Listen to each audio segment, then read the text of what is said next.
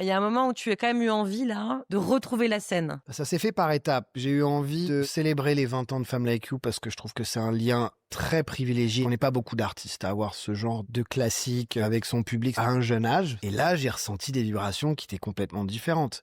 Il y avait plus cette hystérie. C'était comme des retrouvailles de famille, de copains. Alors ça a pris 20 ans, 15 ans si on compte les 5 années où j'ai envoyé du lourd. Mais ça a pris 15 ans pour retrouver, comme si le public avait tout compris à ce Mais que j'ai est-ce que cherché c'est le à même faire. public? Oui, pour certains. Sinon, j'ai des jeunes, hein, j'ai des gamins. Aujourd'hui, le gamin, il écoute Femme Like You. Spotify lui suggère 5-6 autres titres. Il va gratter, il écoute les albums. Donc, le public est très différent, mais c'est surtout de manière très égoïste. Moi qui avais hâte de voir comment j'allais me sentir Mmh. sur scène.